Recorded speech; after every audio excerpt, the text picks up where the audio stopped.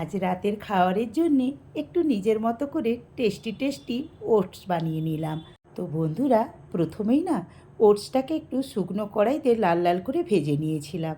তারপরে কড়াইয়ের মধ্যে একটু শুকনো লঙ্কা ফোড়ন দিয়ে অল্প একটুখানি আলু আর পেঁয়াজ নুন দিয়ে ভেজে নিয়েছি। অন্য সবজি থাকলে তোমরা দিতে পারো। তারপরে একটুখানি তেল দিয়ে জিরে ফোড়ন দিয়ে অল্প একটুখানি বাদামও দিয়ে দিলাম। একটা ডিম ভেঙে দিলাম।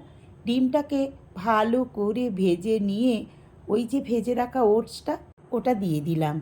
তারপরে সব উপকরণের সঙ্গে একটুখানি মিক্সড করে নিয়ে অল্প একটুখানি জল দিলাম, বেশি জল দেওয়া চলবে না। ওটসটা আমি একটু ঝরঝরে শুকনো শুকনো করব।